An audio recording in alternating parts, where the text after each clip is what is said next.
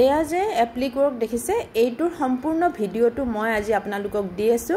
আপোনালোকে হেকলৈকে চাব এটা ষ্টেপৰ পিছত এটা ষ্টেপ কি কৰিব লাগে কেনেকৈ পাৰ্মানেন্ট হয় সকলোখিনি দিয়া আছে আপোনালোকে সম্পূৰ্ণকৈ চাব এয়া চাওক প্ৰথমতে ট্ৰেচিং পেপাৰত মই আঁকি লৈছো আঁকি লোৱাৰ কাৰণ হ'ল মই যেহেতু তিনিটা ডিজাইন লগাইছো তিনিটা ডিজাইন মই যদি ডাইৰেক্ট আঁকি লওঁ কাপোৰখনত তেতিয়া হলে এটা ডাঙৰ এটা সৰু এনেকুৱা হয়তো হৈ যাব পাৰে হে ট্ৰেচিং কৰি ললে আমাৰ সুবিধা হয় ট্ৰেচিং কৰি ললো এয়া তাৰ পিছত কাৰ্বন পেপাৰৰে উঠাই ললো আপোনালোকে কিন্তু নীলা বা কোলা কাৰ্বন ব্যৱহাৰ নকৰিব পাতল ৰঙৰ হালধীয়া বগা কাৰ্বন পোৱা যায় হেয়া ব্যৱহাৰ কৰিব তেতিয়া বেছি ভাল হ'ব মই নাপালো কাৰণে কৰিলো এয়া চাওক প্ৰথমতে এনেকে ধুনিয়াকৈ গুটে বস্তুটো কাটি ল'ব লাগিব কাপোৰৰ সিলেকশনটোত কলো কটন কাপোৰ হ'ব লাগিব কটন কাপোৰ হলেহে আপোনাৰ এটো বেছি ভাল হ'ব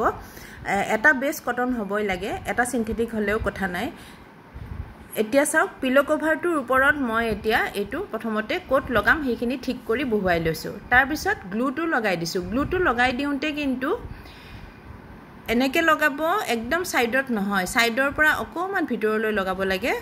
কাৰণ সাইডত লগালে যেতিয়া আমি এইখন লগাই দিম তেতিয়া স্প্ৰেড হৈ বাহিৰলৈ ওলাই আহিব হেতু আপোনালোকে লক্ষ্য কৰি পেলাই অকমান ভিতৰলৈ কৰি পেলাই দিব আৰু একদম কম গ্লু ব্যৱহাৰ নকৰিব দে গ্লুটো অকমান বেছিকৈ ব্যৱহাৰ কৰিব আৰু তাৰ পিছত ওপৰৰ ফালৰ পৰা প্ৰেছ কৰি দিব এতিয়া চাওক ইটো সাইডে আপোনালোকক ভালকে বুজি পোৱাকে মই দিছো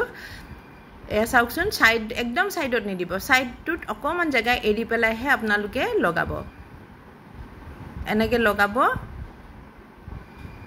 ভালকে চাই লওক মই আপোনালোকক এনেকে বস্তু শিকাই দিও যাতে আপোনালোকে ধুনিয়াকৈ নিজে কৰিব পাৰে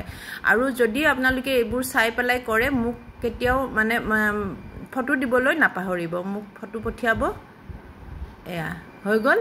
এতিয়া ওপৰত ধুনিয়াকৈ প্ৰেছ কৰি দিব প্ৰেছ কৰি দিলে সাইডেৰে ওলাই না যায় সেই কাৰণে এনেকে লগাব লাগে এতিয়া ইয়াতে আমি আকৌ 3D ৰে ডিজাইন কৰিম ৰঙেৰেও ডিজাইন কৰিব পাৰি মই 3D ৰে কৰিছো এনেকে 3D ডিজাইন কৰিলে কি হয় হুনকালেও হয় কম খৰচতো হয় ব্ৰাছৰ ব্যৱহাৰ কৰিব নালাগে আৰু ৰং কৰিলে ব্ৰাছৰ ব্যৱহাৰ কৰিব লাগিব এনেকে চাওক এই এপ্লিকটোত আমি ৰং বিলাক এতিয়া মই ৰঙা আৰু বগা দুটা কাপোৰ ব্যৱহাৰ কৰিছো আপোনালোকে বেলেগ বেলেগো মিলাই লৈ পেলাই কৰিব পাৰে এয়া চাওক বেছি ঘন কৰি যিমান 3D ৰ কাম কৰিম হিমানে বেছি ভাল লগা হয় অলপ ভাল লগা হ'বৰ কাৰণে মই অকমান ঘন কৰি দিছো এনেকুৱাকে আপোনালোকে কৰিব পাৰে হৈ গল আৰু এই সাইডত কিন্তু 3D ৰ কাম কৰিবলৈ নাপাহৰিব কাৰণ সাইডত যদি 3D ৰে কামটো কৰি নিদিও তেনেহলে পিছত ধুই থাকিলে সাইডৰ ফালৰ পৰা খুটা ওলাবলৈ ধৰে এই সাইডত দুইখন কাপোৰ টাচ কৰি 3D ৰে আউটলাইনিং এটা দিব আৰু এনে কম্বল চিলাই নিচিনাকেও দিব পাৰে হেতু আপোনালোকৰ কথা মই এতিয়া সিম্পলকৈ আপোনালোকক শিকাই দিছো পিছলৈ বহলভাৱে আৰু বেলেগ শিকাই দিম এয়া হৈ গল কমপ্লিট